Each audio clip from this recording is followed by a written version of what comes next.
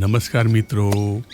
પૌવા તો આપે જાત જાતના ખાધા હશે અને કચોરી પણ ભાતની ખાધી હશે, પરંતુ રતલામી સેવ અને પૌવાની આ કચોરી ખાધી છે ક્યારેક? સ્વાદ તો એવો કે તમારાથી ભૂલાશે જ નહીં. અને અંતમાં જમના અને ડાબા હાથની રહસ્યમય વાર્તા જરૂરથી સાંભળજો.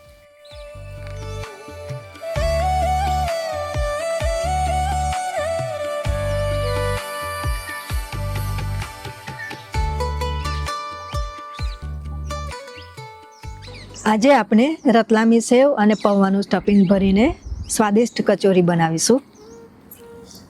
2 કપ ઘઉંનો લોટ, અડધો કપ લીલા ધાણા, 2 ચમચી તલ, 2 ચમચી ચીલી ફ્લેક્સ, 1.5 ચમચી અજમો, 4 ચમચી ઝીણો રવો, 1.5 ચમચી મીઠું. આપણે અત્યારે અડધો કપ જેટલું જલ લઈએ છીએ. એમાં 4 ચમચી સોજી ઉમેરી દઈએ.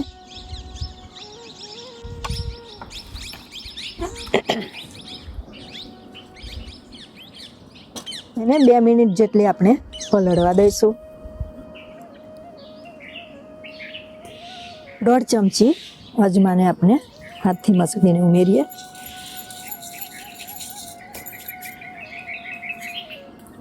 ચીલી ફ્લેક્સ ઉમેરીએ,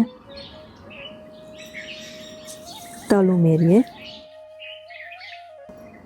1.5 ચમચી મીઠું ઉમેરીએ, અડધો કપ ધાણા ઉમેરીશું.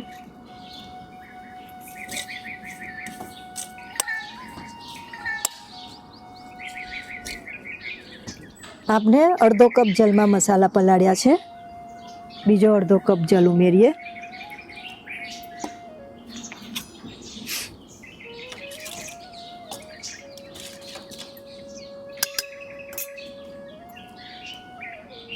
બે કપ ઘઉંનો લોટ લીધો છે એને ઉમેરી દઈએ.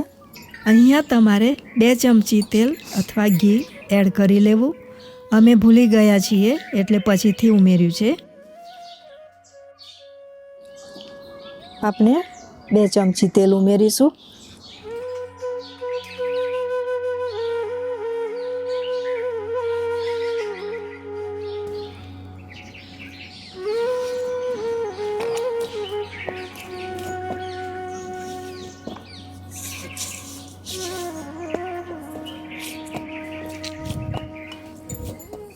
આ લોટને આપણે આ રીતે પટકીને બનાવવાનો છે. હાથમાં થોડું તેલ લઈશું, લોટ ઉપર લગાવી લઈએ.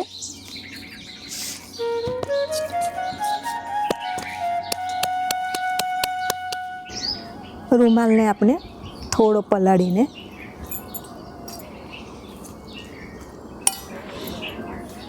મોઇશ્ચરવાળો બનાવી દઈએ.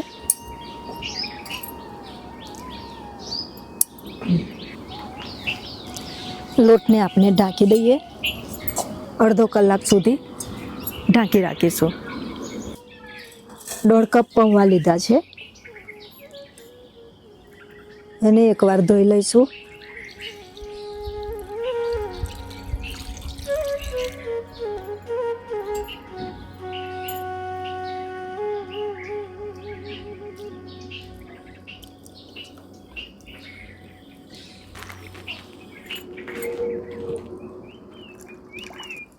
થોડું જલ રેડી એને 2 મિનિટ સુધી પલાળવા દઈશું.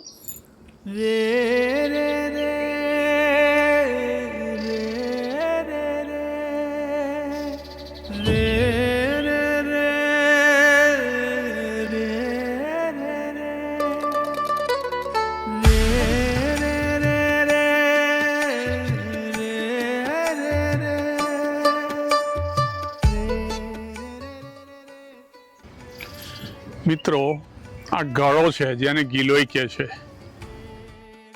આયુર્વેદમાં ઘણા બધાના ઉપયોગ છે. તાવ માટે પણ સરસ છે, ઇમ્યુનિટી માટે પણ સરસ છે. તો એના આવા પાન હોય છે. અને આ લીમડાની છે, લીમડા ઉપર ચડી છે. પૌવા, રતલામી સેવ, ચોપ કરેલી ડુંગળી, 1/4 ચમચી હિંગ, ચપટી ખાવાના સોડા લઈશું, 1 ચમચી ધાણા જીરું પાવડર, 8 થી 10 કળી લસણ ચોપ કરેલું, 1 ચમચી આમચૂર પાવડર, 2 ચમચી સૂકી ધાણી, 1 ચમચી જીરું, 2 લીલા મરચાં, 1 ચમચી મીઠું, 2 ચમચી વરિયાળી, 1 ચમચી રાઈ, 1 ચમચી લાલ મરચું પાવડર, અડધી ચમચી હળદર વાપરીશું. 1.5 કપ રતલામી સેવ લીધી છે, એને આપણે પીસી લઈએ.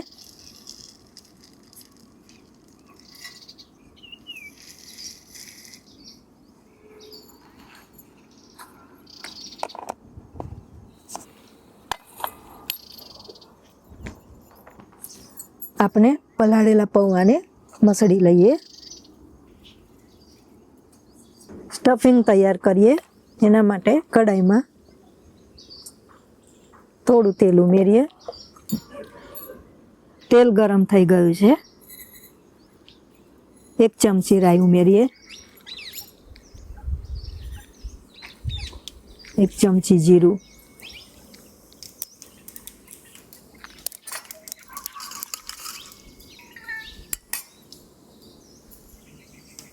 અડધી ચમચી હિંગ ઉમેરીએ,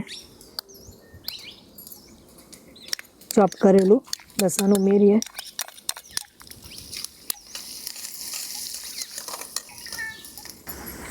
વરિયાળી ઉમેરીએ, 2 ચમચી ધાણી ઉમેરીએ, ચોપ કરેલા 2 નંગ લીલા મરચાં ઉમેરીએ,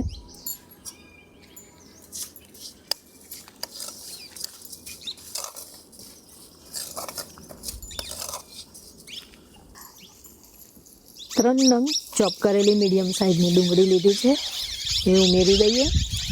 મિત્રો, અહીંયા ડુંગળી ઉમેર્યા પછી તરત આપણે સોડા ઉમેરવાના છે.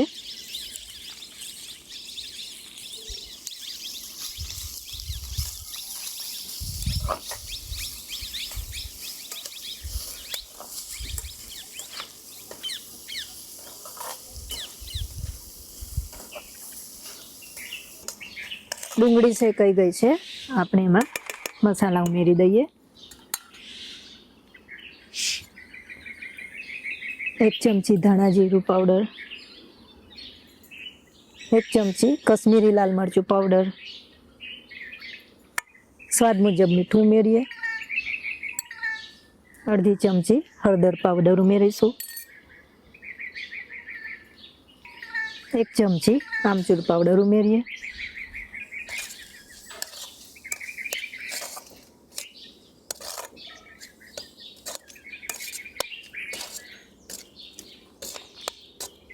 અહીંયા આપણે ગેસ બંધ કરી દઈશું. ક્રશ કરેલા પૌવા ઉમેરીએ અને સેવ પણ ઉમેરી દઈએ.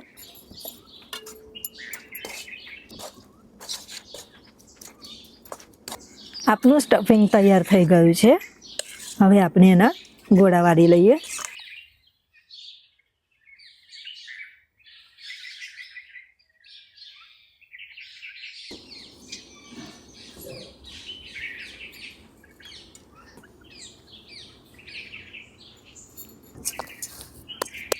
લોટ હાથમાં ચોટતો નથી. હવે આપણે એના પણ ગોળા બનાવી લઈએ.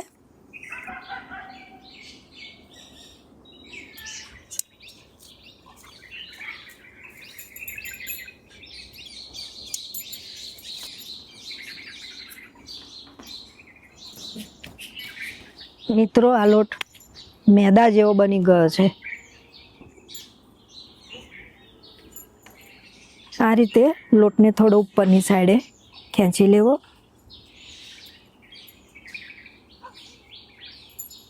વધારાનો લોટ આપણે કાઢી લઈશું.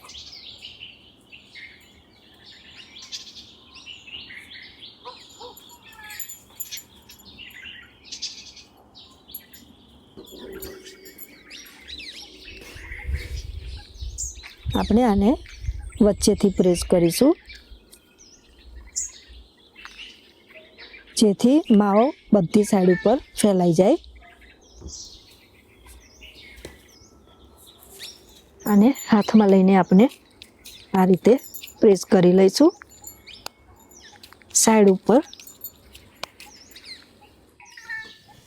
તેલ ગરમ થાય એટલે મીડિયમ ગેસે 5 થી 8 મિનિટ સુધી પલટાવીને કચોરી તળી લેવી.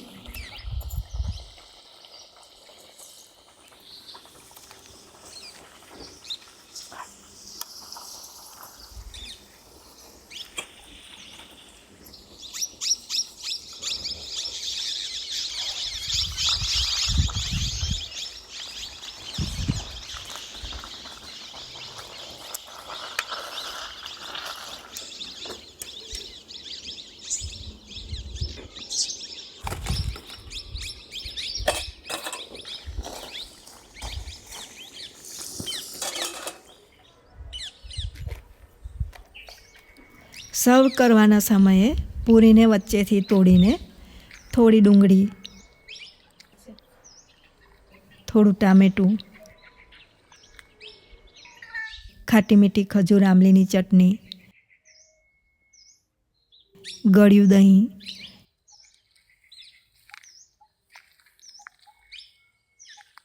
ઝીણી સેવ અને લીલા ધાણા ઉમેરીશું તો આપણી સ્વાદિષ્ટ કચોરી સર્વ કરવા માટે તૈયાર છે. નમસ્કાર મિત્રો.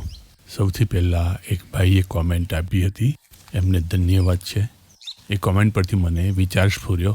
કોમેન્ટ કાંઈક એવી હતી કે બેન, તમે ડાબા હાથે કેમ ખાઓ છો? તો તે વખતે એ વિચારના મનોમંથનથી જે માખણ નીકળેલું તે હું તમને વાર્તા રૂપે પીરસું છું. એક દિવસ બંને હાથ ચર્ચા કરવા માંડ્યા. ડાબો બોલ્યો, અરે ભાઈ જમણા, તું તો બહુ ભાગ્યશાળી છે. લોકો તને ખાવા, પૂજા કરવા, આશીર્વાદ આપવા વગેરે માટે વાપરે છે, પણ લોકો તો મને અશુભ કહે છે. કોઈ મને પવિત્ર ગણતું જ નથી. તો જમણો કહે છે, હું સમજુ છું તારી વાત, પણ એક વાત કહું, તું વિચારતો હશે કે હું તારા વગર ચાલું છું, પણ હકીકતમાં હું તારા વગર શુદ્ધ પણ નથી થઈ શકતો. જ્યારે માણસ હાથ ધોવે છે ત્યારે બંને હાથનો ઉપયોગ કરે છે. સાચું ને? જો તું ન હોત તો હું પણ ગંદો રહી જાત. બીજું, લક્ષ્મીને પવિત્ર કહેવામાં આવે છે, તો જ્યારે પૈસા ગણવામાં આવે છે ત્યારે તો બંને હાથનો ઉપયોગ કરવામાં આવે છે. ત્યારે માનવને ડાબો હાથ અશુભ લાગતો નથી. તો આ ભેદ માણસો કરે છે. કુદરત કદી ભેદ કરતી નથી. ભગવાને મને અને તને એક સાથે બનાવ્યા છે. કોઈ ઊંચ નીચ નથી. તું શુદ્ધિકરણ કરે છે, હું સેવા કરું છું. બંને મળી જીવનને સંતુલિત રાખીએ છીએ. જ્યારે આપણે ભગવાનને નતમસ્તક થઈએ છીએ ત્યારે તો બંને હાથ જોડવામાં આવે છે, કારણ કે એ જ એકતાની સાચી પવિત્રતા છે. ભગવાને જે બનાવ્યું છે તેમાં અશુભ કશું જ નથી. હા, તું ભાવ છે અને હું ક્રિયા. તારા વગર મારો સ્પર્શ ખાલી રહે છે. તું હૃદયની ગરમી આપે છે, હું તે દુનિયા સુધી પહોંચાડું છું. એક આપે, બીજું વહેંચે અને બંને મળીને આશીર્વાદ બને. જમણા, તો પછી પહેલાંના લોકો એ રીતે કેમ માનતા હતા? જો ડાબા, હજારો વર્ષ પહેલાં જ્યારે હાથ ધોવા માટે સાબુ, સેનિટાઈઝર કે ટીશ્યુ જેવી સુવિધાઓ નહોતી, ત્યારે શૌચ માટે ડાબો હાથ અને ભોજન કે પૂજા માટે જમણો હાથ વાપરવાનો નિયમ બનાવાયો. એનો હેતુ અશુદ્ધ અને શુદ્ધનો ભેદ નથી, પણ સ્વચ્છતા અને વ્યવહારની સરળતા માટે હતો. લોકોએ એ સમયની પરિસ્થિતિમાં એક વ્યવસ્થિત રીત બનાવી હતી. ડાબો હાથ શરીર શુદ્ધિ માટે અને જમણો હાથ ખોરાક અને ધાર્મિક ક્રિયા માટે. આ નિયમ તે વખતે પ્રેક્ટિકલ હતો, આધ્યાત્મિક નહીં. પણ સમય જતાં આ વ્યવહારિક બાબતને માન્યતા અને અંધશ્રદ્ધામાં ફેરવી દેવામાં આવી. પણ હવે આપણે જાણીએ છીએ કે શરીરના બંને ભાગો સમાન છે. વિજ્ઞાન કહે છે કે ડાબો હાથ મગજના જમણા ભાગ સાથે જોડાયેલો છે, જે ભાવના, સર્જનાત્મકતા અને કરુણાનું કેન્દ્ર છે. એટલે તો ડાબો હાથ વધુ હૃદય કેન્દ્રિત છે. એ માન્યતા સમયની જરૂરિયાત હતી, પણ આજે જ્ઞાનની કમીથી ટકી રહી છે. શક્તિશાળી બાણવીર અર્જુનનું એક બીજું નામ છે સવ્યસાચી. સવ્યસાચીનો મતલબ બંને હાથે એક સરખું કામ કરી શકે. તો ડાબા, હવે નવો જમાનો છે. તમે કંઈ પણ કામ કર્યા પછી સાબુ અથવા સેનિટાઈઝરથી હાથ સાફ કરી શકો છો. એટલે કોઈ પણ કાર્યમાં કોઈ પણ હાથ વાપરો, એનો કોઈ મતલબ નથી. તમે બંને હાથનો ઉપયોગ કરી શકો છો. તો મિત્રો, આ હતો મારો વિચાર. કોમેન્ટમાં જણાવશો કે મારું કહેવું સાચું છે કે ખોટું.